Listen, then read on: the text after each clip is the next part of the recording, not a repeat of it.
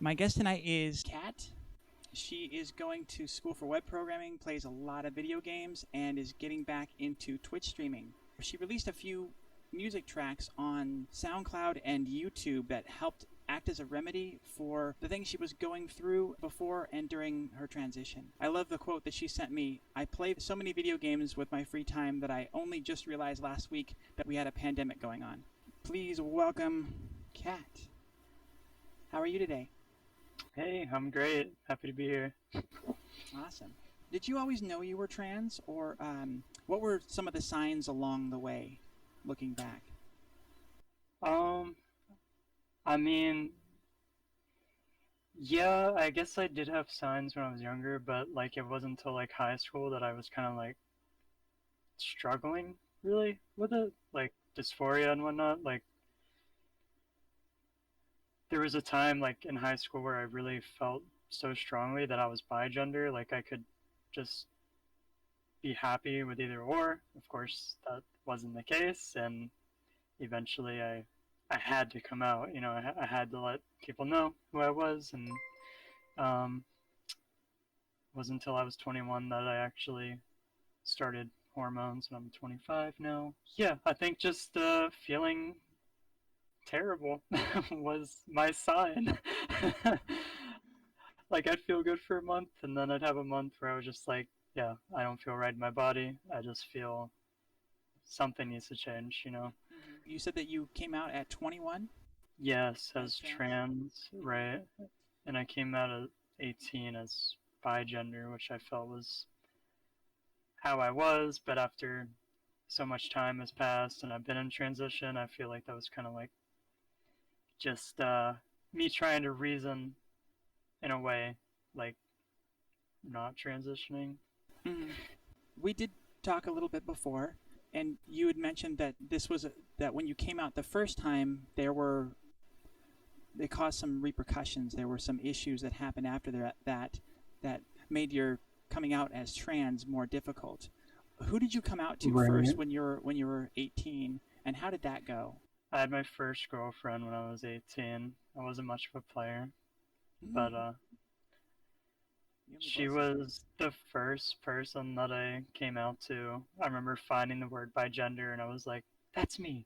That, like, defines how I have been feeling for the past, like, 4, 6 years. And it just felt so right that after I came out to her and after I was, had support and I, felt confident in it, I started coming out to my friends, like, one by one.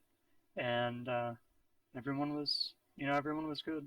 They were just like, hey, that's who you are. Cool beans. That's great. And were you able to present as female sometimes? I mean, it more so came out in like how I acted. I didn't really like dress differently or, yeah, I mean, I could, but I just didn't really choose to. I was still like kind of closeted, I guess. Besides like the few friends that knew, it took a few years. It wasn't until I like came out as trans that I was really like presenting and like, hey, I prefer to go by she and her. Mm-hmm. I didn't really have that when I was out as bi gender. Yeah. What happened after that? Like I said, I know that after you came out to your family, there were some issues, and then I know that coming out as transgender was sort of taken away from you. Can you talk about that? Basically, I'd come out to all my friends, and I was really working up to coming out to my family. And for some reason, like my grandparents came over, like I had like extended family there when I was like working up to it. So Mm-hmm. it was just like so much out of stress, and I was really like pacing a lot. I was just really like in a stressful mindset, and my parents thought, something was like wrong, like severely, like they wanted me to get help, and I ended up getting sent to Circles of Care, which is like a mental health facility, Mm-hmm. and if I had just like had someone to talk to, someone to come out to, like I probably wouldn't have broken down when I got in there. But I had like a full on panic attack when I got in there, and I ended up like I came out to people that I didn't even know, and it Mm-hmm. was just it was just a real bad time. and I ended up getting stuck in there for a few weeks, and that's how my family ended up finding out that I was trans.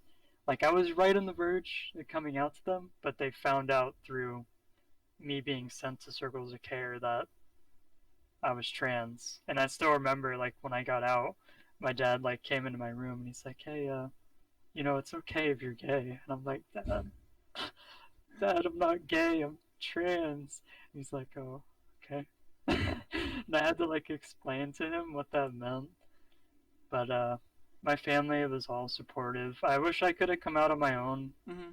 It was, like I said, it was kind of taken from me, but my family's been great. Like, I haven't felt bad about anything Oh, that's in wonderful. relation to them. I very shortly after went to see a gender therapist so I Mm. could get approved for hormone treatment, because I just knew after that experience, like, this is something I need to do. Okay. Like, I'm not gonna be happy if I try to stay as my male self. Like, it's just not gonna be a happy life for me. And I spent a lot of time trying to, like, weigh the, like, will I be happier this way? Will I be happier this way? And I just never saw, like, a reality where I would be happy as trying to be my male self. Well, I had intended to work it into the conversation, but one of the things that we did talk about and I really loved in our initial chat was your philosophy of dealing with people and what you kind of looked at them as from your video game perspective. You view the world as NPCs, as for those who are not super into video games, as the non-playable characters, the characters that in the game essentially don't matter. Yeah, I mean, you have to take that in doses, but if you're going outside and you're just like, you have dysphoria so badly, you don't want to dress a certain way or whatever it may be, like, you just gotta take, like, when I go to the store, it's like, what's gonna happen. You're gonna go in there, you're gonna get your cart full, and you're gonna go to the front, and that cashier is gonna ask you the same question they ask you every time, like an NPC. How was your day? Dang, that's the one question you have to answer. Oh Mm-hmm. man, my day is just fabulous. Thank you for asking. NPC dialogue. Uh-huh. Like, figure out what is NPC dialogue in your world, and you take out a lot of the stress. You take out so much because there's so many things that are just predictable. Mm-hmm. I love this idea of just thinking of them as background, unimportant characters. You're never going to see these people again. They don't matter. But I just love that tweak on that perspective of they're just NPCs. They're just there to add more depth and character to the game, but they're inconsequential to your story. You can't worry about what that dialogue is or what comes of it, what they think of you, because they're inconsequential to the story. Do we have another question? So coming out to family are mini bosses and yourself the end boss. I think the your spouse is the end boss. What was Circles of Care like? What was the point of that facility? Is it just a mental health thing? And what was it like for you being in Right. there? Yeah, I did not feel very safe in there. There was definitely a lot of people that were, like, actually out of their mind Mm. in that facility. And, like, my first day there, like, I did not have any clue that I would be staying the night, and I sure as hell didn't know I'd be there for like 2 weeks. Mm-hmm. Yeah, I remember the first night I like had to sleep there, and there were like three other guys in the room that I had no idea who they were. I knew nothing about them. I didn't know, like, it felt like a prison almost, Mm. but like there weren't like gangs and shit. Like, I don't know. You didn't have But to find the biggest it guy did and beat really, him up. yeah. It wasn't like that, but it did feel, it was really messed up. They were very quick to want to get me on medication, and there were a couple times where, I felt like that would be my only out, like the only way I would get let out. So I had to take something. And I remember standing up once and just like the whole room spun, and I just smacked the floor. It was Oh. like they don't really think about you. They don't really like talk to you the way they should. They just are so quick to just put a stamp on you and say, yeah, there's something wrong. You need something for stress, or you need something for this, or whatever. No, none of the faculty really talked to me. I was just talking to the people that were there. They were 10 times more supportive than, I mean, any faculty there. I mean, all I knew of them was they wanted to get me on drugs. It's pretty bad. Well, yeah, and I gotta imagine that first night was terrifying. That sudden loss of control. It's it's almost like I don't know how people think that way. I mean, I get it, like you want to have concern for someone, but if they really realize like what they're putting you through, then they would just try to help you themselves. Like it's like my parents, like they had no idea what I was going through in there, but they Hmm. thought it was the help I needed. So I don't hate them for what I went through, but it was definitely a lot more damaging than helpful, me being put Hmm. in there. Yeah, I know one of the things that I've really struggled with is kind of letting go, and fear of like regret, or feeling like I went too far, and I want to go back. So I've been afraid to like start hormones and do some of the more permanent things. But it sounds like for you, Right. you were more sure of that, at least after this circles of care experience. Yeah, definitely. I mean, I definitely understand that perspective. Like, Mm. it's scary to do, like, change your body and, like, I don't think I would ever get any surgeries done. Like, I'm on hormones, but I would, like, that's such a permanent thing. And if you aren't happy afterwards, like, what can you do? You know, Yeah. it's terrifying. And that's why it took me, like, even though I came out as bigender, it took me, I think I always knew in a way that I was trans, but it took me so long because I was weighing the odds and I was just trying to, like, I didn't want to transition if I didn't have to Mm. because that's life changing. Yeah. It's just funny to hear you say that it took you so long to make that decision, because I'm 44 and I just handed in my paperwork for HRT this week. So that's something that Right. is definitely a big point we want to make on this show, and that I love hearing from a lot of other people, is that everyone's transition is completely different. The transition that you do is the one that's right for you, because only you can decide when you're ready for certain steps, and to make some of these bigger decisions, to push to a level where maybe there's some things you can't come back from. Like once you come out, you can back off of that. You can change your minds, and you change your mind, and go in a different direction, or just realize that maybe that wasn't right for you. Just remember that your journey is your own, and you can't judge yourself based on anybody else. If you do take hormones, you Especially. can't look at what other people look like after hormones, because you have no idea what your body is going to do. You have no idea what your comfort level is going to be and how far you're going to transition. So just let it develop the way it's going to, let it unfold the way it's going to, and don't judge yourself against others. Since then, how have you dealt with your transition? You'd mentioned that you put together some music tracks. When I got out of circles of care, that was one of my outlets that I had found because like I was angry that that happened to me. So Mm-hmm. like one of my first tracks was like kind of getting over that, Uh-huh. you know, and just realizing that I need to come out in a way. But Mm. yeah, I guess it just kind of took all the bad things out of me. Mm-hmm. Is that first Like as track a titled "F the World"? yeah, fuck the world. No, but it's like all the bad shit just kind of Mm-hmm. poured out of me, and I felt a lot more like myself after having made a track that I was happy with. I think my most recent is it's like from a year or two ago, and that was like the last track that I had where it was in relation to me feeling bi gender and Uh, stuff. But that's where like my rap like persona came from was like weighing both sides, I guess. mm-hmm. Like uh, kind of like putting a stamp on everything that you feel is female and male, and like you gotta not do that, but it y- helps in a way. yeah. Did you kind of find, when you identified as bi gender, did you feel some of that same stuff that I was talking about, that kind of that fear and ability to let go of your masculine side? until you realize that no, the feminine side is really what I want to dive full into. When I felt by gender, I think I was trying to hold on to both. And I think I did hold on a lot of that, but I don't consider certain parts of me masculine or certain parts of me feminine, because that's when I was bi gender, that's what it was all about. It was like self-analyzing.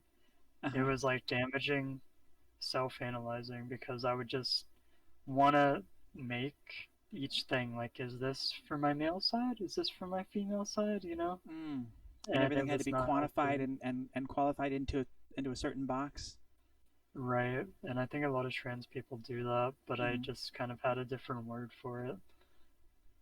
Yeah, it's an interesting approach to it. For me, it was I thought I was a cross dresser, and that was a big improvement from where I thought I was before, which was I just thought was like some kinky freak, um, who had a obsession with women's panties and then women's clothes, and I feel like a lot of trans people come through that path, but I think probably an equal amount of them come from the bigender path, where they realize it's something more that it's actually gender based, but Hmm. um, they don't, Yeah, they're just not ready to let go of that yet. I think everyone has that period where they're just like, they think it's a kink or Hmm. something, and you're like, that's what makes you really want to hide it too. Yes. That's what makes it hard to come out Hmm. because you feel like it's sex related when it's really not like that. Hmm. Yeah, that was something that I've been struggling with recently. For some reason, just very recently, and maybe it's because of this show, maybe because I'm being so public with it that I'm kind of bumping into some things interestingly in my own head. And one of the Hmm. things was, the fact that the idea of transitioning completely to a woman still turns me on in a sexual way, and that is right exactly what you're talking about. Like that is the quickest thing that we jump to that is invalidating, because it's like, oh, I'm just a freak, I just have this kink and this fetish, it's not real. And I don't know why even this late in the game for me, my brain is still trying to find that negativity and cling to it, those things that that prove opposite, that prove against what I'm trying to be. It's a bad human habit. We Hmm. hold on to things that kind of go against our happiness in a way. And yeah, I can relate to that somewhat. Hmm. But I think I've kind of grown past it, I guess, now that I've transitioned and whatnot. Yeah. Yeah, and that's one of the things that I've heard too, and why I'm, even though I've been nervous, I've been a little afraid, I'm still pushing forward with the HRT, because I've heard a lot of people say that once you start down that process, then everything starts to align more, and you start feeling more like you, and Right. the doubt part of it starts to ease. Yeah, it doesn't just help you physically, it helps you mentally. You're gonna feel more right. Hmm. If it's the right choice, you're gonna know, like, you're gonna be happy. You're gonna be like, this is me. Yeah, I see a rather large and recognizable symbol behind you. What is your take on Yin Yang philosophy, and how is it applied to your life? I mean, yin yang is so important. I mean, it's kind of like, in a way, like, I found that after, like, coming out as bigender, and it really helped me with that because, like, I mean, the whole point of yin yang is like you got the yin, the black side, which is femininity and like darkness, and then you got yang, which is the light. Hmm. And the point of it is, like, in all darkness, there's some light. So therefore, like, in all feminine aspects, there's some masculine aspects, and it's just basically in everything that exists, there is a hint of its polar opposite within it. Hmm. But it's like the whole point of yin yang is to, like, just accept, like, both halves, Hmm. and kind of, let them reflect on each other. And, like, instead of like separating everything, I was kind of like starting to mesh them. So Hmm. I feel like yin yang is just very important to me in that way. And Like, just it's more of a way of thinking. It's not like a religion or anything. hmm. It's just something that understanding it just has really helped in a way, Hmm. kind of ease dysphoria and stuff too, believe it or not. Yeah, that makes sense because there's still those parts of you, and they're always going to be part of your personality. You can't get rid of that, and you can't Exactly. just eschew it entirely and say, well, that's no longer a part of me, because you're still the same person. And Yeah, like we were that's talking something I've before. always tried to hold on to as well. Like Hmm. you can't just be like, I'm gonna change, I'm gonna be an entirely different person. Like you have your character, you know. Hmm. There's parts of you that you don't want to be disingenuous. You don't want to be not yourself. Like I'm just the same as I've ever been. I'm just female. Like that's how I always try to look at it. Hmm. Well, yeah, and it's And like we were talking about before with over categorizing everything and saying, okay, this is a boy activity. This is a part of my persona that's the masculine, and this part's feminine. And as I move to being a female, then these are the things that are good, and essentially these are the things, you'd start to feel like those are bad, and those are the things I shouldn't do, and all of that. Whereas, you also mentioned that you just are female, so those aspects of you that you were trying to categorize as male or masculine are part of a female. yeah, So in and of themselves, they're that all me. yeah. But yeah, that like categorizing and stuff, it's really a self-destructive mindset. Not healthy. Mhm. Got a question from Peach Roof. Changes in faith and attachments to alt culture seem very common in the trans community. Have you found solace in alternative cultures, religious practices, or more risque lifestyles since transitioning? Like, we have a lot of people that um, went to FetLife or some of these other things to explore, and as a way to find community, but also kind of to explore deeper into themselves. Has that been the case for you?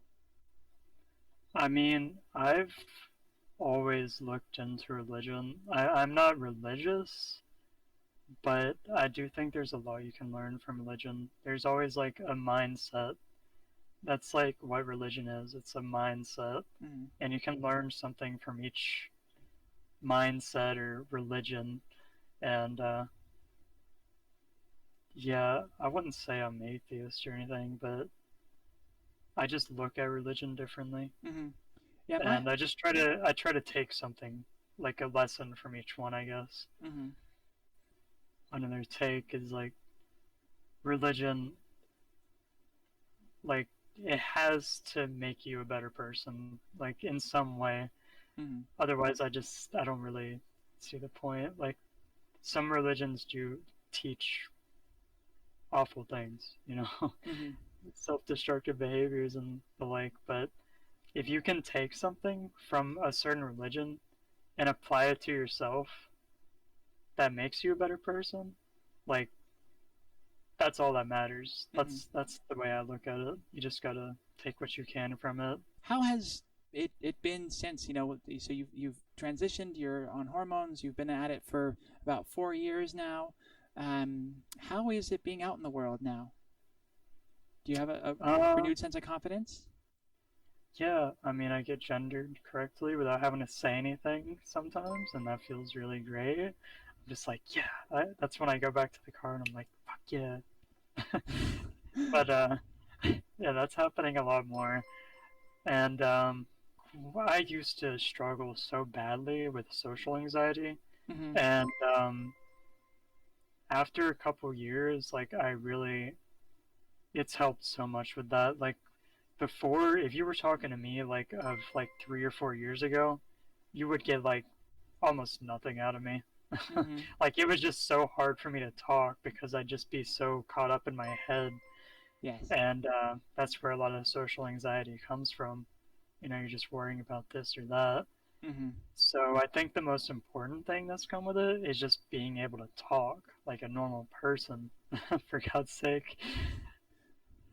Yeah, that was one thing I wasn't ready for, or wasn't expecting, was that when I would be out and get gendered correctly, I would get a ma'am or a miss or something like that.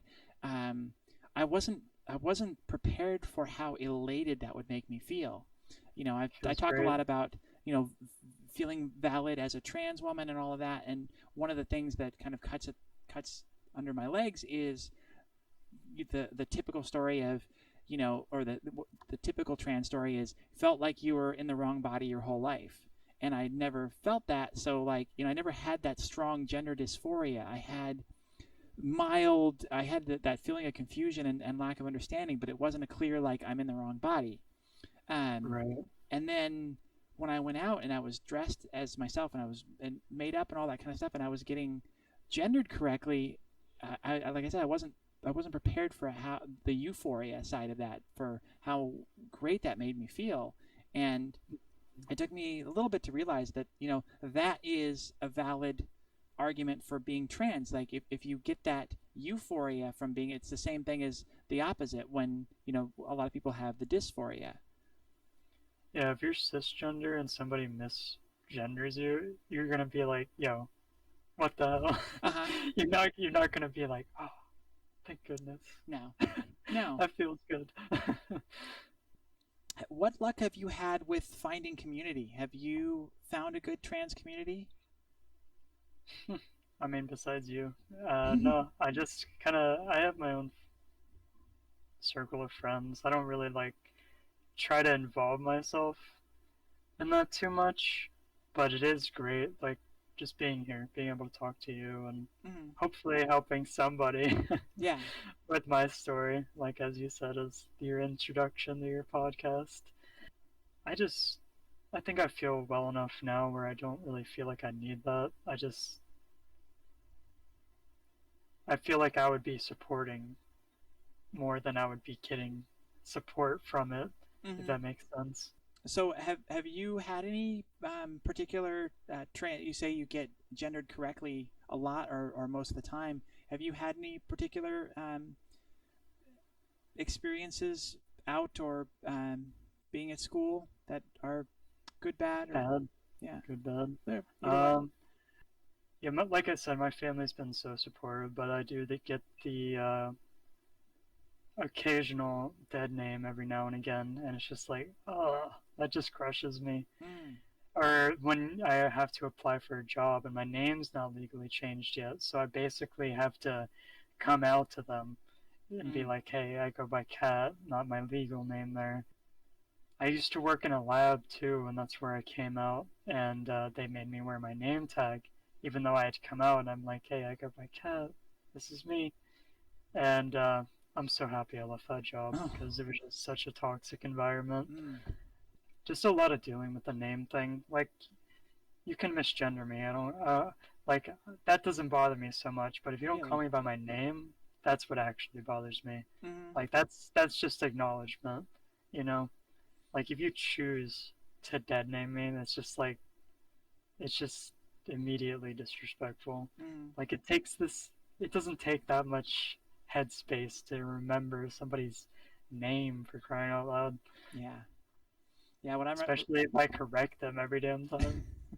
I'd corrected like some people like 5 times at my old like when I worked in a lab, and it's just like, come on, you're just saying this to be a jackass at this point. Yeah, right. At some point, you're just like, okay, you're doing this on purpose. Like Yeah. you've used up your free passes long, long ago, and now you're just doing it to be a dick, and I'm gonna smack you down. Yeah, I'm still struggling with the gendering and the naming with the family.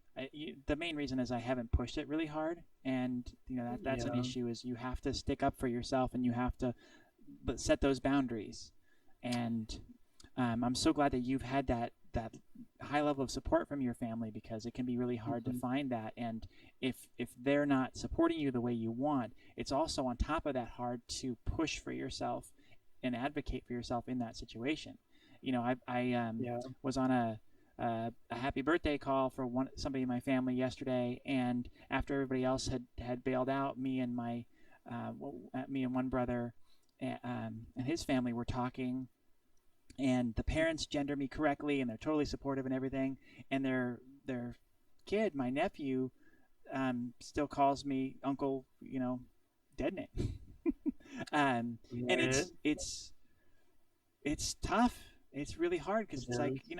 I don't want to make a big deal of it, but I think what we need to I do totally as get trans that. people to feel happy with ourselves and to feel valid is to stand up for ourselves and set those boundaries.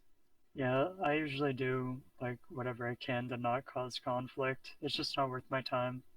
Yeah, but But have you yeah, found? you do gotta just be like, hey, I go by this, Mm, you know. Even if it's my grandpa, like he lives in Jacksonville. I'd been there like maybe a year or two ago, and he just like I had come out mm. and I had explained it to him, and he's still like, oh well, you'll always be insert dead name here to me. And I'm like, dude, that is not the right thing to say. And he would just keep calling me that, and I just haven't really been back since because I just it's just a bad environment. Mm. I don't want to I don't want to deal with that if I don't have to, you know. Yeah, I love my grandpa, but I just it's not gonna make me feel good to be there. My dad's there with my grandpa now because he needs assistance, but and I would love to see my dad more, but I just can't go there because I know I'm gonna leave just not feeling great, mm. Well, and yeah, I gotta do things that make me feel good. yeah, that's the thing that's hard to get across is if you've got somebody that's doing that and you know it's hard to lay down that kind of ultimatum and say, if you don't gender me correctly, I'm not going to come see you, I'm not going to interact with you. But I just wish there was a way for them to understand that and understand the stakes and what it really means for us. Like you should maybe just say like, hey, if you're doing that, like you're making me feel bad. Like Hmm. that's just what it is. Yeah. Like try not to do that.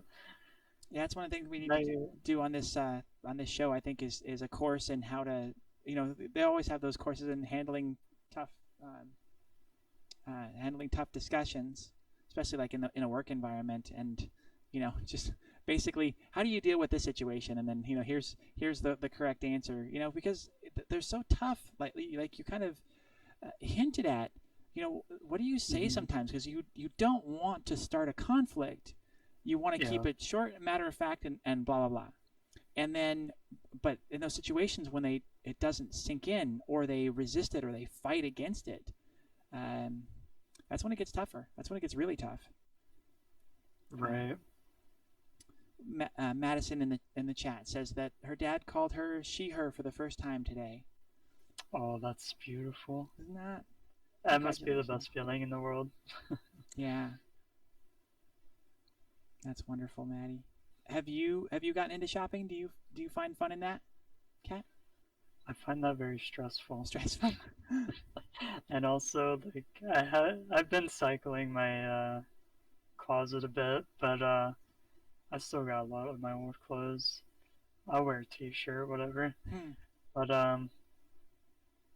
yeah, I think I enjoy shopping just about as much as I did before. It hasn't really changed. Oh, that's a bummer. I love shopping. So Jeremy asks, you mentioned you did music, but they didn't hear what kind you do specifically. What kind of music is it you Oh, make? rap, hip hop. Hmm. Yeah. I'm not gonna freestyle here, but I I put a lot I put a lot of time into it, and I don't just have that one verse that I repeat again and again like those rappers you hear on the radio. Hmm. I try to have substance in there, and I like to think my work is good. I've got like 3 or 4 songs that I'm really proud of, and they're on my YouTube channel. Hmm. Same as my username here. That's Yeah, great. there's a lot of ones that go private, but you gotta do that. You gotta just sometimes make a song that's so bad just to get that toxic mindset out, Hmm. because you don't want those thoughts just if you let them sit in there, that's where they're gonna be. That's what rap does, or music in general. You just get it out. Uh-huh. How do you produce your music? What software Uh, and Audacity, it's a mic recorder software, and you can also upload MP3 files in there. So I got some instrumentals I always work with, and mm. I just put my lyrics over that. So the music is like copyright free. What was that? Right. People that want their music used. Okay. Well, that's Yeah. awesome. And do you collaborate with specific people, or you just have a couple tracks that you've found over the years that you like to use? Right. I peruse YouTube and I like find people that are like, hey, use my music, Mm, and I use their music and I send them a message. I'm like, yo, check this out. This is what I did with your beat there. nice. And what's the response been? It's been good. They're always, it's awesome when your work gets used. I mean, usually they don't say too much, but they're like, yo, that's awesome. I That's love that. great. Thank you so much for using my beat. How has dating been for you? Were you dating someone when you were transitioning? Yeah. Yeah, I dated one other person. They were trans as well. And they had their surgeries done. Like they got top surgery. And we just kind of fell off talking. You know, I'm not even sure if that was a girlfriend or not. Um, just because we never really made it official or anything. Yeah. But yeah, like a year after that, I met Adrian, who's my current boyfriend, and I've been with him for almost 4 years. Yeah, he's great, and he knew like from the get go, like, hey, I'm trans. He lives in Colombia, Oh wow. and I've been there to visit um, for a few weeks, and it was the happiest I've ever been in my life. Wow. But it's a struggle right now because we can't travel, Yeah. like because of COVID. If you try to buy tickets right now, you'll get smacked in the face with a page that just says, "Hey, no airline travel right now." Mm, But yeah. but yeah, Especially in our he's been country. so supportive, so great, and doesn't treat me any different than Hmm. So you you guys know met online then? loves me for me. Yeah, yeah. How That's what I else would. would I meet? How else would I meet somebody from Colombia spiritually? That's what I would. That's what I would think. So there was. Did you guys not even have to have any conversations about the fact that you were trans? Well, of course we had those conversations. It kind of started with that. Yeah, it doesn't really get brought up that much anymore unless I'm like, hey, it makes me happy when you do this or that, whatever. It's just kind of a backseat thing in the relationship. It's not something we talk about all the time. Hmm. We're a couple and we do a couple of things. What kind of wisdom have you learned, or things that you've learned along the way that would really have helped you when you were starting or getting ready to start your transition or come out? Man, what would I have told my past self? I mean, obviously, I would have just told my past self, like, yo, don't stress so much. Just tell your family, like they're gonna be supportive. But the biggest thing is to realize that coming out is the first step. Like, you're not gonna really do anything more until you come out. I mean, that depends on your age too, but that's step one, and you gotta take that into account. Like, Mm. until you come out, you're not really gonna be making any progress. You know, Yeah, as like you some. have to self-analyze a lot. You have to figure out if it's the right choice for you and do a lot of research. Don't just jump into it. You really have to ask yourself if it's right. It's not just like a fun thing to do. No. Like some people, I feel like they never saw a therapist or anything. I would say see a therapist, even if you have the option not to. Mm. See someone, talk to someone that understands that stuff. It's so important. Like I learned so much about myself just from seeing a therapist, and I only did it because it was a requirement, but Hmm. like it's seriously just 6 months with somebody that understands that specializes in gender therapy. Yes. That is really what is going to make you accept yourself in a way. Like Hmm. you're going to be like, is this what I have to do? And I would like to add on to that. When you're seeing a therapist, don't be afraid to fire them. Don't be afraid to try multiple people. Make sure you give yourself that out to go and explore and find someone that really does click with you in the way that you need. It's about you Yeah. and your need. They work for you. Just make sure you find somebody that fits with you. I was about to say that too. Like they're working for you, not the other way around. Hmm. You're not there to like you really.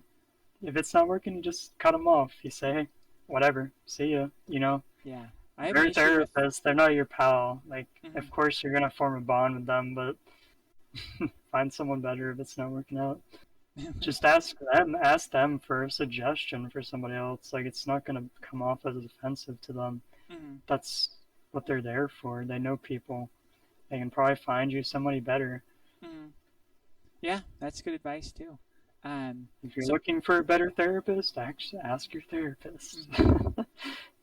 Yeah, and just highlight the things that that you feel like you specifically need more help on and more exploration on, and yeah, ask for their advice on who is specifically focused on that, or who you can go to get a second perspective if you want to soften it a little bit. As someone who ended up coming out twice, you mentioned coming out early and getting it out there and dealing with it. Do you have any regrets, or do you have anything that you would change in that? Would you have held off longer before coming out the first time, or was that a necessary step to get you where you I got to? I think it was a necessary step because that kind of set me down a path of like accepting just accepting that I'm me, like Mm-hmm. Yin Yang, just accepting all edges of it. But I mean, I'm the worst person to ask like a time travel question to because I always hold like I would never, ever, ever, ever change anything about my past Hmm. because I gotta keep it the same so I can be me. If I change anything about my past, then I wouldn't have the experiences I had. I wouldn't be who I am today. Even if it's like, I needed to go to circles of care. I needed to deal with so much bad shit. Like I probably would have left my job sooner, Hmm. but I went through it. Now it made me who I am. Whatever. That's a really important perspective. That's wonderful. I think that's an important message for people in coming out is even if you're not sure, like start talking to people about this because the very first and most important thing to do is to build up your support network, to come out to and talk openly with the people that you know are going to support you and build that circle behind you so that you can have some of the harder conversations with some people, talk to and then talk to family and talk to a spouse or whoever that you're afraid to tell. It's so important to have that support network. And the earlier you start having these conversations, the easier it is for you to have the conversations, to know more about yourself, to have the conversation. So, like I said, that's a very important step. Right. That's something a therapist will help you out with a lot too. If you see them before coming out, like they you can just ask them like, how do I come out to my family? Like, and it's so helpful Mm-hmm. like to just hear their take on it. Yeah. And they don't just give you an answer. They help you form your own answer to that. But yeah, you learn a lot more from the bad things that happen to you than the good things, sadly. So if you're struggling, you try to take something from it. Well, if no one else has any other questions, I'm gonna wrap this up and let you get going, Kat. I've had a really great time having you here. Thank you so much for coming on the show and sharing your deeply personal story. Well, I'm happy to have shared it with you and anybody who was around to hear it.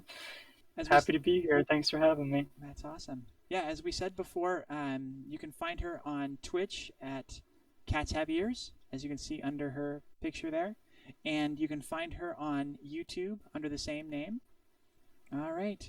Well, again, thank you so much for coming, Kat, and all of you in the chat. Thank you so much for coming, for asking your questions, and for participating. Everybody, have a great night.